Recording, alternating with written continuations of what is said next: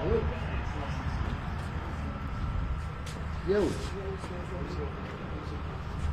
I am for right now.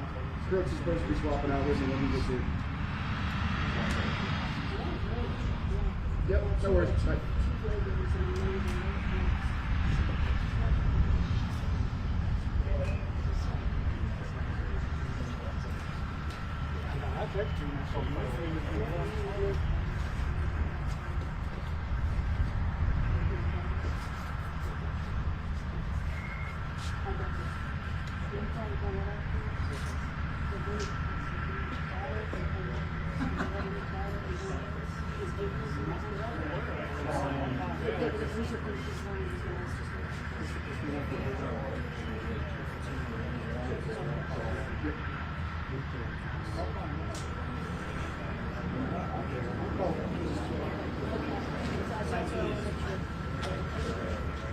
That was it?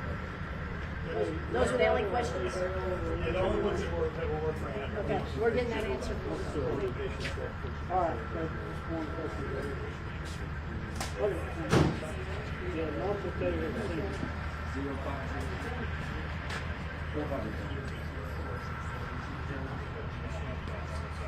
Hey, Bruce. Hey, Bruce.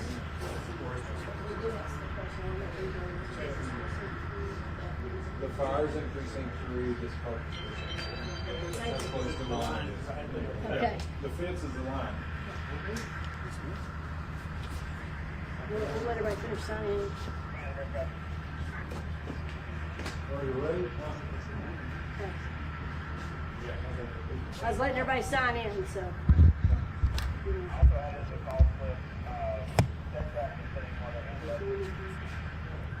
Okay, are y'all ready? Yep. Okay. Hi, I'm Lori Christensen. I'm the Harris County Fire Marshal. Here with me is Matthew Ford from the Texas A&M Forest Service. The fire that we're here at today is at 16603 Bobcat Trail. Right now we're calling it the Harris 4614 fire. The dispatch call came in at 12:50 this afternoon. First unit arrived at 1300, also known as 1 o'clock. I do want to say this, is the information that I'm going to be giving you is what we know now. This is still a very active scene. The fire right now is 45% contained. We've got 20 to 30 acres. So please know what we're giving you is what we have. We will try to answer some questions, but this may be something that we get back to later. It is under investigation because it's still active. Rose Hill Fire Department is the primary fire department that's on scene. We're in Rose Hill, just north of Cypress. I do want to tell you we've had no humans and no livestock evacuated. We do know that we have one deceased male victim. We do not know the cause. And again, this is because it's an active scene. We can't get into the area quite yet. I said we had the 20 to 30 acres, 45% contained. We've got 8 fire departments on scene: Rose Hill, Cypress Creek, Cypress-area, Magnolia, Tomball, Klein, the Harris County Fire Marshal's Office. We have the A&M Texas Forest Services here. They have 4 dozers, and Matthew can talk a little bit more about what additional units they have. From Harris County, we have 2 from Precinct 4 that are on scene. We have 4 on standby from Precinct 3. I know we were asked what precinct we're in. The fire's in Precinct 3. We're here at Precinct 4.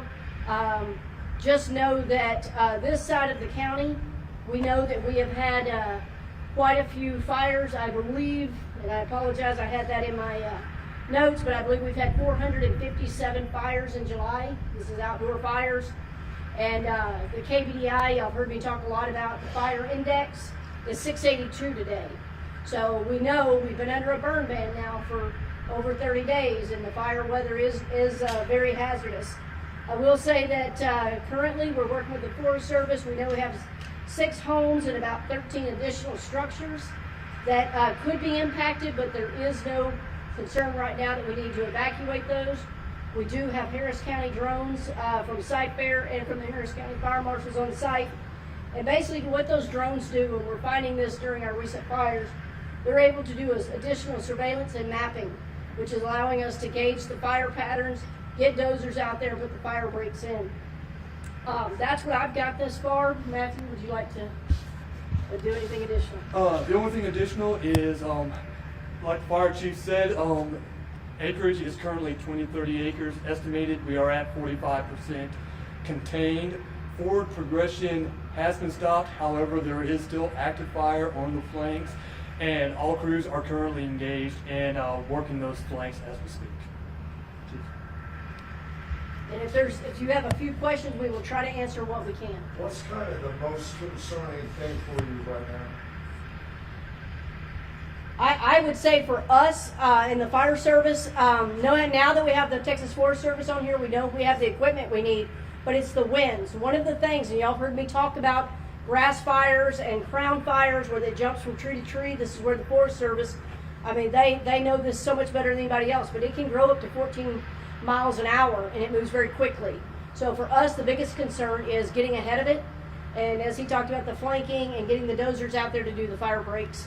But I will tell you, we've only got one road closure right now, which is Bobcat Trail. Because the equipment's gotten out here so quickly, because of the amount of support we've had from the other fire departments, they've done a good job putting a handle on getting it under containment. Was the deceased found in a mobile home? That was initial reports to talk about that? I don't want to get too far into the investigation, but I can tell you that it was not in a structure. Was he near the fire? Yes. Do you believe it was consumed by smoke? Or? We will not know until we get closer to the into the scene.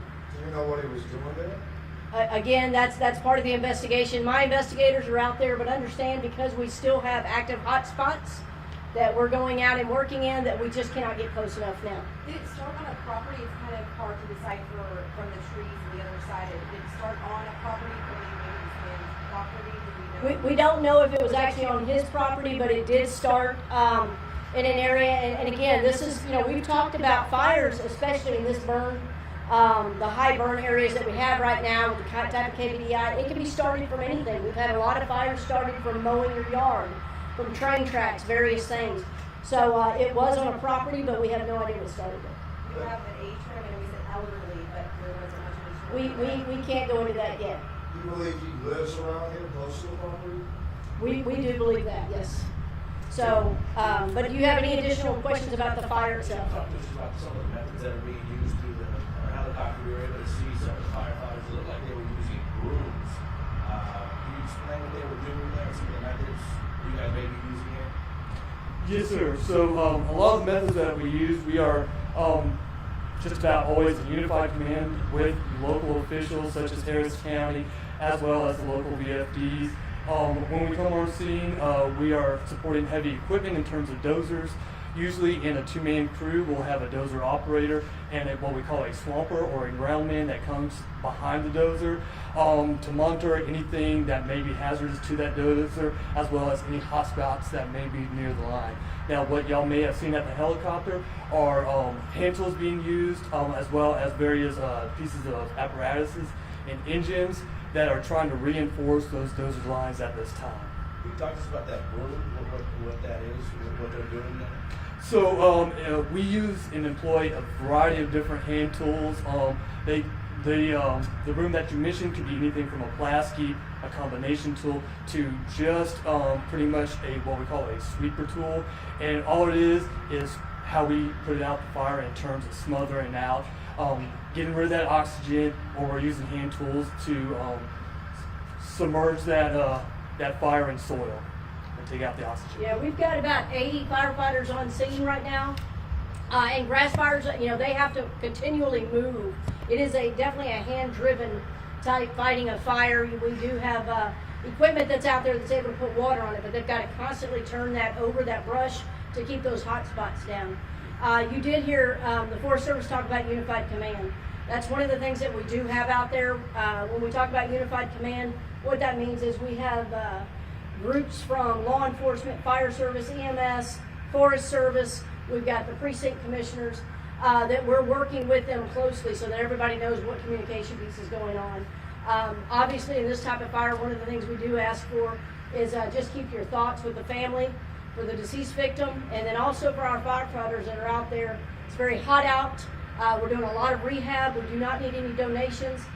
Fire department and precincts are providing water, but we do ask that, knowing that it's going late into the day, that you keep them in your thoughts and prayers, because they're going to be out here for a while putting this out. Question for you. For people that live nearby, what's your message for them? And I know you haven't had any evacuations at this point, but at what point may it reach that, if you need What I will tell you now is, again, because we have the command system in place with law enforcement that's here, if anybody needs to be evacuated, that notification will be made. I'm very confident with the containment that they've been able to do thus far.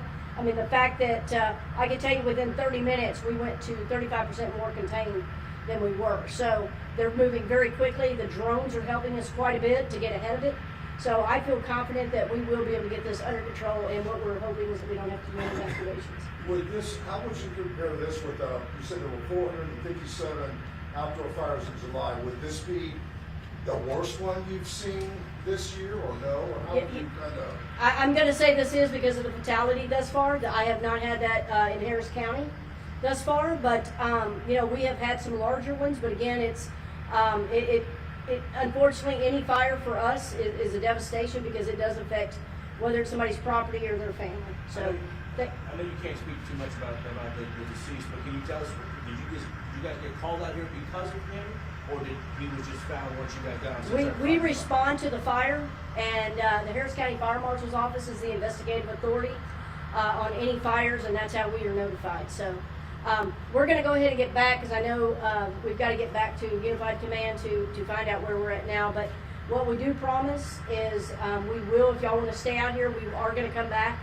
We're trying to get as much information to you as possible. And if you'll follow us, I know y'all are putting information out, and then the Fire Marshal's Office is tweeting out and putting out on Facebook our social media updates. So thank you for waiting on us, and we will be back later. One last question is What's your last name, nephew? Ford, F-O-R-D. one last question: is there any impact for residents in regards to water, like the water being used to put out the fire? Any? No, sir. Got No, it. sir. No, it should be. The residents themselves should see no impact to water. Okay. Thank you. Can you speak to the President County? I do not give you the question. You want me to do that? I'll say everything. You do? Yes, say yes.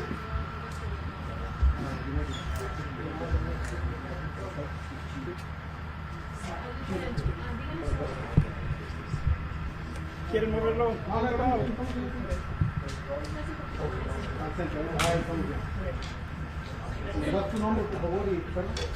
Soy el teniente Eric Cruz, del Departamento de Bomberos de Cypress.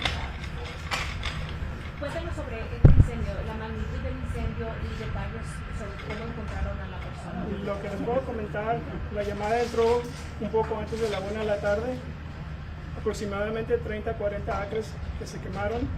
Sí es cierto que encontraron un cuerpo, todavía no hay detalles, o sea, en qué, si es parte del incendio.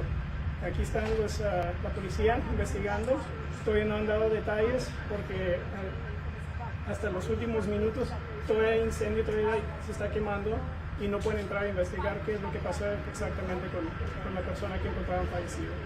La llamada al 911, ¿cuál fue el motivo? ¿Por el incendio o por la muerte? Por el incendio.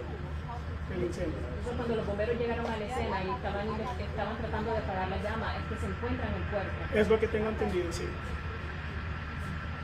¿Qué otra información? ¿Tenemos alguna edad de la víctima? Solamente que es de edad anciana, exactamente la edad no lo tenemos ahorita. ¿Qué es lo más preocupante This is en not este Devin. momento This is para not los Devin. bomberos que están aquí combatiendo las llamas? Lo más preocupante para los bomberos es el calor, es la temperatura. E igual con el viento, si aumenta, da la posibilidad que crezca el incendio también. Con este calor, con el equipo que usamos, obviamente mantenernos hidratados es lo más importante ahorita. ¿Hay algún riesgo potencial para las comunidades cercanas? En este momento no, porque con los bomberos que tenemos aquí, tenemos creo que 6 o 7 diferentes departamentos aquí.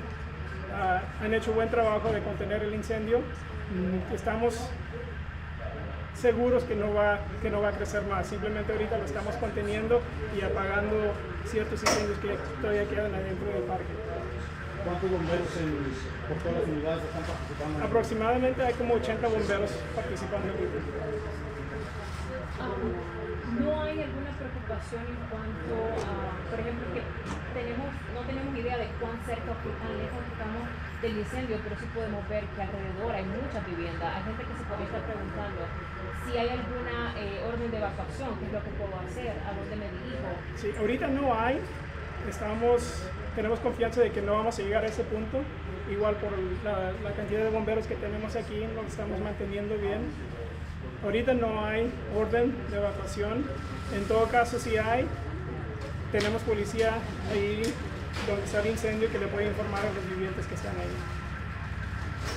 ¿Han tenido problemas para el acceso del incendio o controlar el incendio? Hasta ahorita no. Simplemente con el calor, el viento ha aumentado un poco y eso al principio aumentó la cantidad de llamas, pero en los últimos, creo que habían comentado que lo tenemos 45% contenido. Así que, pero tenemos la confianza de que pronto lo vamos a tener completamente contenido. ¿En un 80 o cuánto está controlado? Ahorita 45% es lo que habían comentado. ¿Y son más de 30 acres? Más o menos 30 acres, sí. Sí. Esto es una zona que yo pensé que era Cypress. Es Cypress, pero esta área le pertenece al departamento de bomberos de Rose Hill, porque Cypress, no sé si han escuchado el nombre Cypher, contiene un pedazo de Tomball, de Rose Hill, de Cypress, de Katy y hasta de Houston. Es una área muy grande. Sí. No hay nada.